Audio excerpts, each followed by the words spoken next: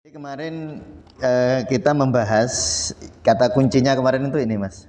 Bukan terus nggak usah sekolah nanti kan dia kayak bayi dikasih makan. Loh kok gitu? Realitasmu beda dengan bayi, gitu loh. Tetapi bayi itu sebagai simbol kita tangkap maknanya di dalam batin kita, bukan kita. Tetapi sebenarnya hakikatnya yang menarik rezeki, yang ya ja'allahu makhraja atau yang fahuwa hasbuh, famaya tawakkal fahuwa hasbuh, itu ketawakalan, kedamaian batin, rasa syukur, sebenarnya di situ. Maka golek bojo sing bahagia. Yang bikin menderita itu kan ketika kita belum melampaui itu semua kan, Mas ya. Iya enggak? Kalau Mas Hawir enggak bisa menuntut untuk seneng terus, itu enggak bisa. Misalnya kalau kepengen seneng, suatu saat akan susah. Wong itu hukum. Ya kayak orang itu kalau pengen warak kan harus lapar, Mas. Iya. Iya enggak? Iya dong, masa tiba-tiba kenyang enggak lapar juga. Bagaimana kita tahu bahwa kita kenyang kalau kita enggak pernah lapar? Iya, jadi gini Mas Hairin, nanti banyak hubungan yang memang sebenarnya mungkin lebih banyak hubungan yang lebih menggunakan rasa daripada logika sih, Mas. Kayaknya ya, saya enggak tahu betul apa enggak kata-kata saya. Tapi yang jelas kalau saya di rumahku. Jadi istilah mencari kebahagiaan itu sebenarnya kurang tepat. Menyadari kebahagiaan, bukan mencari. Kalau mencari kan belum ada.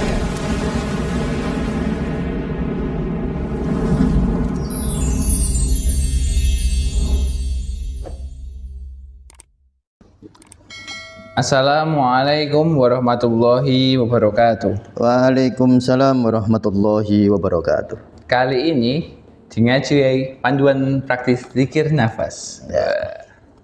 Baik, kali ini kita akan melanjutkan ngaji panduan kita mengenai panduan praktis zikir nafas. Nah, baik, sebelum kita lanjut, sekali lagi saya ingatkan bagi teman-teman kawan sufi, teman-teman sufi yang ingin membeli panduan praktis zikir nafas akan mendapatkan gratis e-book pemecahan masalah cara sufi. Ya ini di bawah sini. Nah, kamu mendapatkan pemecahan masalah secara sufi dalam bentuk e-book gratisnya. Tapi jika berminat untuk mendapatkannya secara fisik seperti ini, akan mendapatkan diskon khusus dari kita. Ada voucher khususnya. Baik. Hari ini kita akan lanjutkan di halaman 7 ya, Pak? Ya, halaman 7. Halaman 7 paragraf 2 dari bawah ya. Iya, silakan Abah, kita mulai. Ya, jadi kemarin kita membahas kata kuncinya kemarin itu ini, Mas. Kebahagiaan bukan akibat dari suatu kesuksesan, tapi kebalik. Justru kebahagiaanlah sebab dari kesuksesan itu. Nah, kalau saya itu baru ingat. Jadi sebenarnya kalau yang disebut law of attraction ya itu. Sebenarnya ilmu law of attraction dengan berbagai macam jelimetnya, teknik dan jelimetnya itu sebenarnya kuncinya di situ. Kan kuncinya la in sakartum la azidannakum. Itu sudah kunci. Makanya orang itu kalau bahagia dia akan sukses gitu. Nah, kalau bukan kebalikan, bukan orang kalau sukses maka dia bahagia, itu kebalik, Mas. Secara spiritual itu kebalik.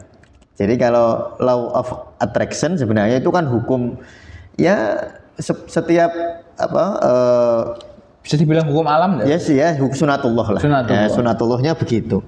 Jadi kalau ingin sukses ya berbahagialah. Bukan sukseslah maka kamu bahagia gitu, enggak. Jadi itu hukum law of attraction. Sebenarnya di dalam tasawuf itu ayatnya jelas, la in sakartum atau mayyattaqillaha yaj'alahu makhraja wa yarzuqhu min haitsu la yahtasib. Kalau kamu takwa itu sadar kehadiran Allah, otomatis bahagia, damai, maka jalan keluar akan diberikan oleh Allah, bukan dari kita, dari Allah, lalu dapat rezeki yang enggak diduga-duga. Nah, itu law of attraction. Nah, itu sudah kita bahas kemarin ya. Sekarang kita lanjutkan di paragraf terakhir kedua dari bawah ya. Zikir yang hakiki, ya itu ya. Zikir yang hakiki adalah praktek kesadaran yang menyingkap kembali kebahagiaan primordial. Jadi kita itu setelan pabriknya bahagia. Setelan pabriknya, iya. Dulu saya itu jadi ingat Abah, Mas. Ingat saya betul-betul itu sering diulang-ulang Abah ya. Urip iki kaya bayi katanya. Seperti bayi aja. Bayi itu kan fitrah, dia bahagia. dia nggak bekerja tapi makan bayi. Iya. Bayi itu kan dia nggak bekerja, dia bahkan secara fisik lemah. Secara secara biasa kalau kita lihat kan bayi itu nggak ngapa-ngapain, nggak bisa ngapa-ngapain, jalan belum bisa. Ya, apalagi bekerja, apalagi nyangkul, apalagi kerja, apalagi ngedit nggak sampean, nggak bisa. Tapi makannya terjamin dong, Mas. Iya. Oh, bayi. Jadi itu sebuah simbolisme sebenarnya. Tentu kalau dari aspek lahiriah itu kita sesuaikan dengan apa yang dianugerahkan Allah. Kalau dianugerahi Allah pikiran ya ikhtiar dengan pikiran. Dianugerahi Allah bisa desain ya ikhtiar desain. Dianugerahi Allah ngedit ya ngedit. Dianugerahi Allah bisa podcast ya podcast kan gitu. Itu namanya syariatnya. Tetapi hakikinya sebenarnya tidak. Kalau syariatnya ngikutin realitas, Mas. Jadi syariat itu ngikutin realitas, bukan ngikutin ego loh ya. Syariat ngikutin realitas. Realitas hidupmu itu gimana gitu. Oh, Mas Jawahir ini kuliah S2 nanti. Wah, itu kan dapat beasiswa nih. Itu kan realitas. Ya itu kamu milih berdasarkan realitas itu. Bukan terus nggak usah sekolah nanti kan dia kayak bayi dikasih makan. Loh kok gitu? Realitasmu beda dengan bayi gitu loh. Tetapi bayi itu sebagai simbol. Kita tangkap maknanya di dalam batin kita. Bukan kita tangkap maknanya dalam ego kita. Keliru. Dalam diri sejati kita. Jadi sebenarnya Allah itu ngasih rezeki itu nggak harus usaha. Iya kan? Nggak harus loh ya, bukan nggak usaha. Beda loh. Nggak harus usaha sama nggak usaha itu beda loh. Makanya perhatikan kata-katanya. Nggak harus usaha. Buktinya bayi nggak usaha makan juga. Bahkan makannya lebih terjamin dari orang tuanya kadang-kadang. Nah, orang tua kayak dulu ya, saya waktu kecil ya. Orang tua saya belum makan, yang penting anaknya mangan. Apalagi bayi. Bayi ini nangis, ibu arep maem ya. Ini contoh ya. Kalau istri saya dulu saya lihat itu. Dia mau makan nih. Oh, anaknya nangis ini, santri nangis. Makanya disalah kayak Mas. Dia menyusui bayinya dulu. Berarti bayi lebih terjamin daripada dia. Padahal bayi nggak bisa ngapa-ngapain. Nah, maka kalau kita itu fitrah seperti bayi yang artinya belum ditutupi oleh identitas-identitas yang terlalu banyak itu, tidak dibelenggu oleh oleh ego kita, maka sebenarnya itu menjadi daya tarik atraksinya di situ sebenarnya. Bayi itu bahagia, makanya kita lihat bayi itu udah mesake. Iya kan? Iya. Ya tentu ada orang dengan problem mental yang sangat berat itu. Iya pasti ada. Tetapi secara umum orang lihat bayi itu muncul rasa iba, muncul rasa sayang, karena memang bayi itu topengnya belum ada. Belum ada mungkin waktu lahir atau. Iya, nanti setelah tambah-tambah waktu ini sudah topengnya banyak. Nah, jadi itu ya. Jadi sebenarnya secara primordial kita itu sudah bahagia, dan karena kita bahagia sebenarnya secara primordial kita sudah dicukupi Allah. Telah dicukupi Allah. Telah dijamin oleh Allah. Makanya kan ada ayat yang kira-kira maknanya begini itu. Allah memberikan rezeki kepada semua hewan melata, termasuk kamu manusia. Loh, itu kan Allah yang jamin. Cuma kita kadang-kadang perasaan kita atau ego kita itu nutupi semua itu, sehingga orang itu kalau zikir lalu tersingkap. Kemarin waktu kita bahas kasof ya, waktu tersingkap lapis demi lapis egonya tanpa dia sadari rezeki dalam bentuk apapun ya, tentu jangan maknai rezeki hanya uang materi. Rezeki dulu nggak ada uang, Nabi Adam nggak ada uang tapi dapat rezeki, jadi rezeki jangan dimaknai uang saja.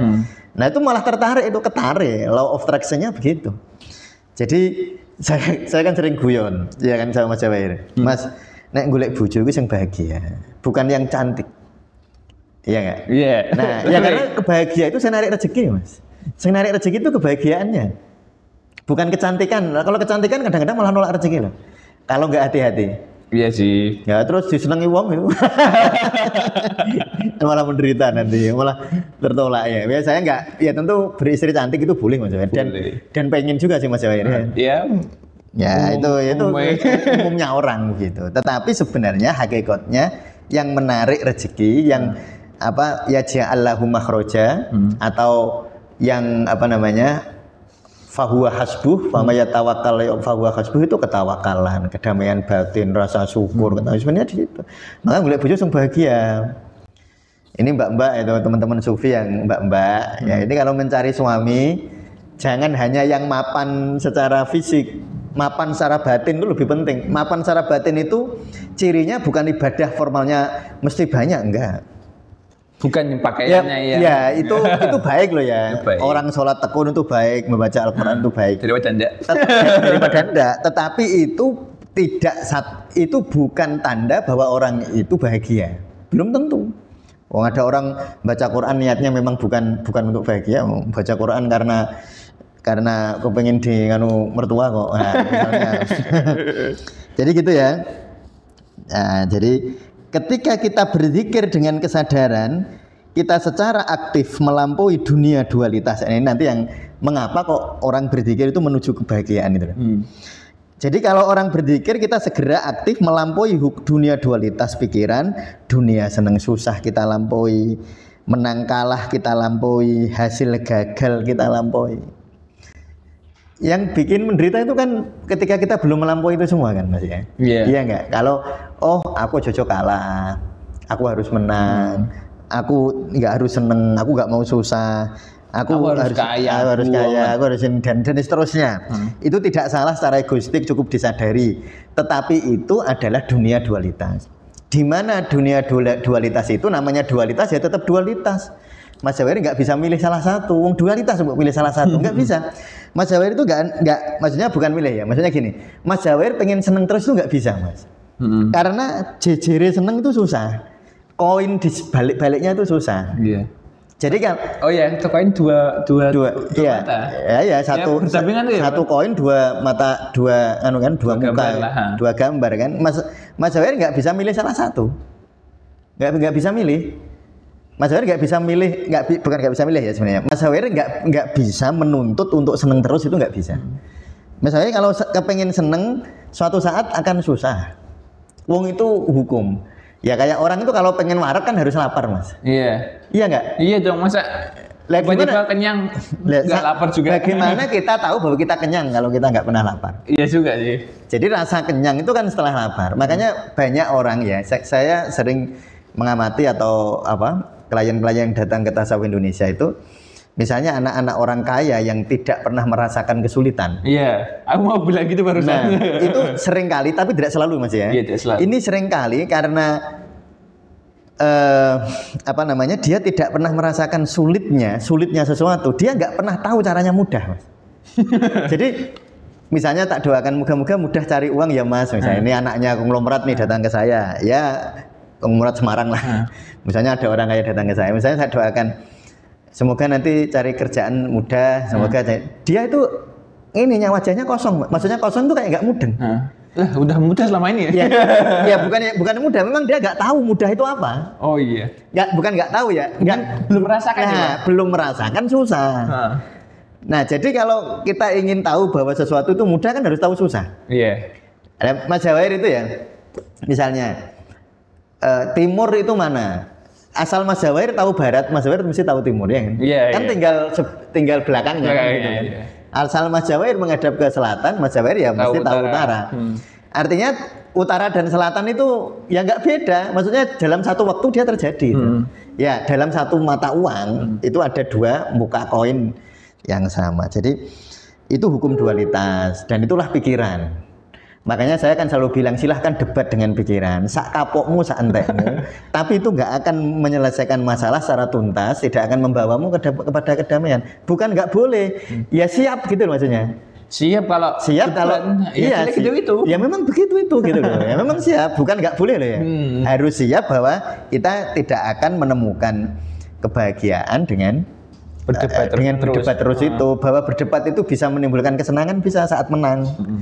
Tetapi menang itu nanti juga akan terancam. Nanti kalau ada orang lain debat lagi, bisa kalah nih. Bisa kalah. Gitu. Itu kan dunia begitu. Ya begitulah dualitas ya, Mas. Ya karena kemenangan melalui perdebatan itu selalu membawa luka, Mas. Makanya kalau di Indonesia itu kan sebenarnya ini musyawarah itu sebenarnya mufakat yang paling bagus. Sebenarnya kan kalau kita di negara kita itu kan yang paling indah kan musyawarah mufakat sebenarnya. Bukan voting. Kalau voting memang itu diperbolehkan, tapi voting itu kalau yang kalah kan sakit hati, membawa luka kan. Kalau mufakat kan enggak. Nah, tapi namanya orang ya kadang-kadang harus voting juga. Ya kan kalau pilkada apa pilek kan voting gitu. Itu kan voting, ya mana yang paling banyak siapa kan gitu. Dan yang kalah mesti terluka kan. Maka kalau kita memenangkan sebuah perdebatan, kamu sebenarnya menaklukkan pikirannya, tapi kamu tidak menaklukkan hatinya. Iya. Gitu puas ya. Tapi kok nggak tenang. Iya, puas tapi nggak tenang. Saya kasih ya Mas ya. Jadi itulah sebenarnya saya makanya berharap anak-anak muda itu bukan hanya mengandalkan cara berdebat, biar saya menang perdebatan itu enggak, tetapi bagaimana mengolah rasa itu lebih penting loh Mas. Nah, karena nanti banyak ya hubungan-hubungan yang tidak memerlukan logika sebenarnya. Bukan nggak memerlukan logika tidak dominan di dalam hubungan itu. Misalnya logika bukan yang utama ya. Iya, bukan yang utama. Jadi misalnya hubungan orang tua dan anak itu kalau pakai logika terus susah. Karena orang tua mencintai kita itu nggak pakai logika juga. Iya kan? Kenapa bapak sayang aku? Yuncan ngono kuwi. Lah iya kan gitu. Misalnya bapaknya Mas Jawair seneng sama mencintai Mas Jawair kan nggak pakai logika. Wis pokoknya seneng kan gitu aja. Ya kan nggak ada logikanya. Atau nggak pakai logika gitu. Nah, makanya kalau Mas Jawair lalu berhadapan dengan orang tua pakai logika, orang tua terluka, Mas. Karena aku mencintaimu itu nggak pakai logika. Lalu Mas Jawair melawan orang tua dengan logika. Ini tak kasih contoh ya. Makanya bahas suami istri itu luar biasa ya. Wah, makanya hubungan suami istri nanti luar biasa. Nah, itu hubungan yang saya belum merasakan. Sampai belum merasakan. Jadi gini Mas Jawair, nanti banyak hubungan yang memang sebenarnya mungkin lebih banyak hubungan yang lebih menggunakan rasa daripada logika sih Mas. Kayaknya ya, saya nggak tahu betul apa enggak kata-kata saya. Tapi yang jelas kalau saya di rumah, saya kalau pakai logika terus, marah terus sama anak saya. Iya, capek malah. Iya. Kalau pakai logika kan gini, saya ini sudah melakukan gini, kamu kok begitu kan gitu. Kan logika itu kan hukum dualitas menang kalah kan Mas. Nah kalau menang kalah kan transaksional. Ini kamu tak kasih sangu sekian, kamu harus belajar tekun gitu. Ya terus dia nggak belajar, marah saya. Karena saya pakainya hukum logika itu. Ya nanti mungkin kapan-kapan kita bahas itu Pak. Ini Mas Jawair nanti kalau sudah berumah tangga akan merasakan. Oh ternyata logika tidak cukup untuk menjaga rumah tangga. Oh tidak cukup betul. Pikiran yang terus memecah realitas menjadi dua kutub yang berlawanan inilah yang menciptakan ketidakbahagiaan itu. Bisa menciptakan kesenangan tetapi tidak bisa menciptakan kebahagiaan Mas. Itu pahami loh ya. Tapi golek senang itu boleh gitu loh. Itu boleh. Karena kita secara terus-menerus mencoba menghindari satu sisi dan mengejar sisi yang lainnya. Ya itu ya. Jadi dunia dualitas itu selalu akan ada ya di dalam ego kita. Jadi di dalam ruang ego E-nya kecil atau D-nya kecil itu selalu ada dualitas. Nggak bisa tidak. Nah, makanya cara menghadapinya diakui, diterima. Ya memang ngono kuwi. Jadi kalau Mas Jawair lalu sedih ketika kan dualitasnya yang kepenginnya kan seneng, tapi nyatanya belum seneng. Ya lalu sedih kan? Ya diterima. Ya memang sifatnya ngono. Ya. Namun kita lanjutkan di paragraf terakhir ya. Di halaman 7 silahkan dilihat kembali. Namun ketika kita melampaui pikiran, maka dualitas luntur. Melampaui loh ya Mas ya. Ini sih kata melampaui itu sebenarnya saya sangat senang memang ya. Dan saya baru mengenal istilah melampaui itu ya 10 tahun terakhir. Dulu itu kan kita menggunakan katanya mengendalikan, mengontrol. Ya mengontrol. Tetapi ya itu nggak salah sih. Cuma rasanya menurut saya ya istilah melampaui itu lebih indah. Karena melampaui itu kayak melingkupi gitu loh Mas. Ya kayak bukan melawan, bukan menegasikan, pengakuan diakui dan diterima. Itu namanya melampaui ya. Jadi melampaui dualitas itu membuat dualitas itu luntur. Luntur dalam artian lentur. Jadi nggak kaku. Nah, kalau kaku menderita terus. Hanya ada ketunggalan yaitu damai. Makanya saya sebut bahagia, damai itu sebenarnya di situ ya. Jadi bedakan damai, bahagia itu beda. Kalau damai bahagia itu pelampauan dari dualitas seneng susah. Kalau seneng lawannya susah, kalau susah lawannya seneng. Kalau damai melampaui, jadi beda loh ya. Nah itu beda. Damai ini adalah pondasi kebahagiaan yang sejati. Ini bukan kebahagiaan yang euforis. Euforia, seneng tapi terus baru nangis ya. Euforia, misalnya euforia saya nilainya A, wah seneng ya. Bareng ada temannya nilainya A plus, jadi nggak seneng. Berarti senengnya karena menang, bukan karena nilainya A. Itu yang bikin orang menderita itu geneng. Itu begitu mas. Euforia dan sementara. Ya, dan sementara. Ya memang kalau euforia itu sementara, kayak kerupuk digoreng gitu. Lempem nanti. Iya, kalau kerupuk digoreng wong gitu, tapi kalau dibiarin ya melempem. Itu sifat euforia. Makanya aja seneng banget ya ora usah. Benci banget ya jangan juga. Melainkan kedamaian yang stabil dan abadi ya. Jadi itu kedamaiannya abadi mas. Jadi memang abadi. Makanya nggak ada orang bahagia sekarang besok nggak bahagia, itu nggak bisa mas.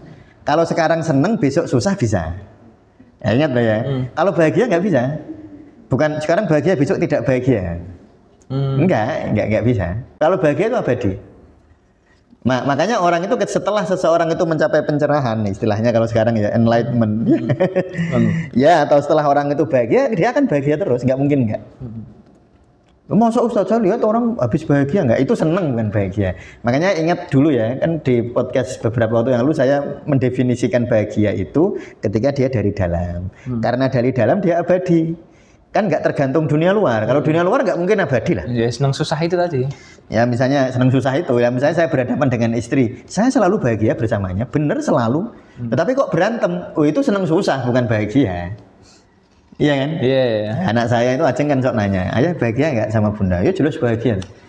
Ayah pernah nggak bahagia? Enggak, ayah bahagia terus. Loh kemarin berantem sama bunda. Itu senang susah, Dok, bukan bahagia. Kalau senang susah ya itu suka cita iya suka jengkel itu dalam dualitas ego kita itu biasa. Sirinya gini, kalau kita dualitas, misalnya saya Mas Jawahir nih, kalau saya bahagia lalu marah sama Mas Jawahir, marah saya itu tidak ada di benak saya sedikit pun untuk tak pecat dari muridku gitu, nggak pernah. Misalnya orang kok berantem sama istri, marah. Coba ada nggak kalau di dalam diri kita itu kok ada mangkel lalu ada keinginan untuk menceraikan, untuk seperti itu, berarti belum bahagia. Kalau bahagia itu tidak mencegah berantem jadi nol, itu nggak ada. Itu biasa dalam hubungan, tetapi tetap sayang. Oh iya itu apa? Ombak jeratan itu tetap naik turun, tapi dia tetap laut. Nah betul, ombak lautan itu bisa pasang surut, tetapi dia tetap laut. Makanya kita berantem nggak khawatir. Nanti itu uniknya anak-anak misalnya ya lihat orang tuanya berantem, kalau berantemnya begitu nggak khawatir juga. Oh, ya, jadi mungkin yang problematis ya nggak? Yang problematis itu yang berantem karena belum bahagia. Maka kalau kamu berantem dalam keadaan bahagia, berantemmu itu sendiri indah. Ini angel mas jelas gini memang. Iya, ya, tapi kok rasanya dewi.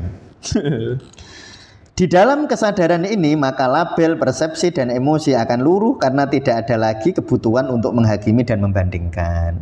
Di dalam dunia kebahagiaan, kita sebut dunia lah, padahal enggak dunia. Di dalam kebahagiaan itu enggak ada keinginan untuk menghakimi, enggak ada keinginan untuk membandingkan. Ya itu, ini sekali lagi loh ya, ini dalam soal rohaniyah ya, dalam soal egoistik, pikiran dan perasaan itu muncul, dan itu biasa tapi nggak menderitakan gitu. Kita menyadari kalau tadi ya mas ya, kalau kita misalnya saya, istri, anak, itu kan di dalam tataran ego, aku ayah, dia istri, anak-anak itu, seakan-akan aku, kamu dan dia berbeda. Ya. Nah, tetapi di tataran rohaniyah atau ketika orang itu bahagia, maka ini ya, ini quote-nya ini. Ketika kita menyadari bahwa mata lahir melihat aku, kamu dan dia berbeda, mata batin akan melihat aku, kamu dan dia adalah kekosongan dan keheningan yang sama. Nah, itu di garis bawah ya. Silahkan itu garis bawahi. Jadi kalau tataran ego, aku, kamu, dan dia itu berbeda. Tetapi di tataran ruhaniyah, aku, kamu, dan dia adalah kekosongan dan keheningan yang sama. Nah itu, nanti dalam rumah tangga itu harus bisa sampai ke level itu, mas. Aku suami, engkau istri, berbeda dalam tataran identitas ego kita. Tetapi di dalam ruhaniyah, Aku dan kamu adalah kekosongan dan kehinaan yang sama. Jadinya kita, lebur jadi kita, nggak ada lagi aku. Makanya saya itu sering kalau Mas Zair mungkin pernah sering dengar lah kalau saya ngomong sama rumah tangga kalau yang datang ke saya kan selalu saya bilang jangan berantem demi aku. Kalau berantem itu demi kita. Kalau berantem demi aku ya berantemnya nggak enak. Maksudnya berantemnya nggak produktif. Tapi kalau kita berantem demi kita itu produktif, Mas. Itu kayak negara ya. Ada pemerintah, ada oposisi. Kalau mereka berdua berantem demi Indonesia itu indah. Tapi kalau berantem demi kelompokmu dan kelompokku, wah itu menderitakan dan membahayakan Indonesia. Tetapi proses dialog atau proses tesis antitesis antara sebut saja oposisi dan pemerintah, jika keduanya itu adalah proses karena kekitaan kita, keindonesiaan kita, maka semuanya indah, malah akan memperkuat Indonesia itu. Oh itu ya, ini bahas politik sidik. Tapi nggak usah nyerempet ke jauh-jauh. Stop. Nggak usah nyerempet ke yang terlalu jauh. Kebahagiaan primordial ini adalah hasil dari menyadari kesatuan ini. Maksudnya kesatuan kita itu keheningan yang sama. Kita itu asalnya dulu sama, Nur Muhammad, Hakikatul Muhammadiyah. Kalau bahasa tasawufnya kan Hakikatul Muhammadiyah, Nur Muhammad, Ruh Ilahi, pokoknya lah terserah nyebutmu. Yang jelas kita adalah satu sebenarnya, sama ya.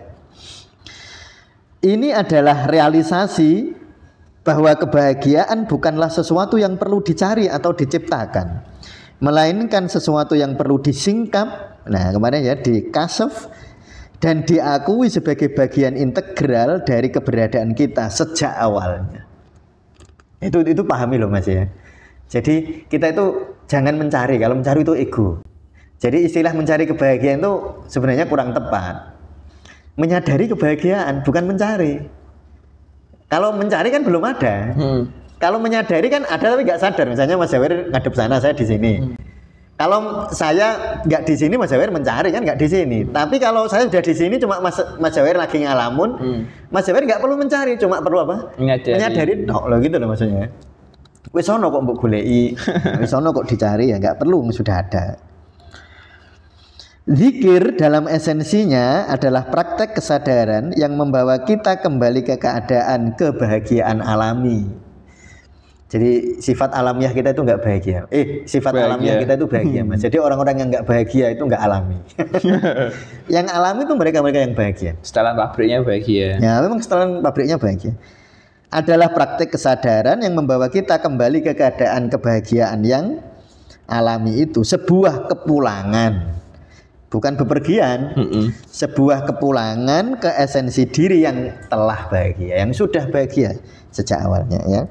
Dengan demikian, nah ini ya, pengenalan diri adalah pintu gerbang menuju kedamaian dan tujuan hidup yang tak terhingga. Tak terhingga itu namanya tak terhingga, jangan buat cari loh ya. Tak terhingga itu kamu larut di dalamnya. Jangan kamu cari, tak terhingga itu di mana-mana ada. Tak terhingga aku mbok goleki. Nah, mbok goleki berarti ada batasnya, ada batas antara kamu dan dia. Berarti dia kalau tak terhingga kan nggak ada batasnya. Makanya pelarutan istilahnya kalau saya itu. Kalau dalam bahasa tasawuf itu kefanaan. Fana. Ya, larut di dalam kefanaan. Nah, itu ya. Dengan demikian, nah ini penutup dari belum penutup dari pendahuluan ini. Ya, penutup dari subbab ini. Pengenalan diri adalah pintu gerbang menuju kedamaian dan tujuan hidup yang tak terhingga. Ini adalah jalan untuk memahami bahwa kita adalah manifestasi dari kebenaran yang lebih besar, bahwa kepulangan adalah tujuan sejati. Jadi bukan bepergian, Mas, bukan pencarian, dan bahwa kebahagiaan adalah kondisi alami yang telah menunggu untuk disadari. Nah, menyadarinya melalui apa? Melalui zikir yang mendalam. Ya. Jadi zikir itu ben sadar. Jadi kesadaran itu adalah dengan cara zikir. Ya itu Mas Jawir ya. Jadi kita besok akan di podcast yang akan datang akan membahas nafas sebagai starting point zikir ya. Kita akan bahas nafas di minggu depan ya. Bukan minggu depan ya. Di Kamis yang akan datang ya. Ya pokoknya di podcast yang akan datang. Ya saya kira demikian. Terima kasih Mas Jawir. Baik, kali ini akan tutup dengan satu paragraf ini, Pak. Oh ya. Bukan satu kuotas. Oh siap. Saya ulangi lagi. Pengenalan diri adalah pintu gerbang menuju kedamaian dan tujuan hidup yang tak terhingga. Ia adalah jalan untuk memahami bahwa kita adalah manifestasi dari kebenaran yang lebih besar. Bahwa kepulangan adalah tujuan sejati dan bahwa kebahagiaan adalah kondisi alami yang menunggu untuk disadari melalui zikir yang mendalam. Ya. Terima kasih. Kali ini di Panduan Praktis Zikir Nafas. Wassalamualaikum warahmatullahi wabarakatuh. Waalaikumsalam warahmatullahi wabarakatuh.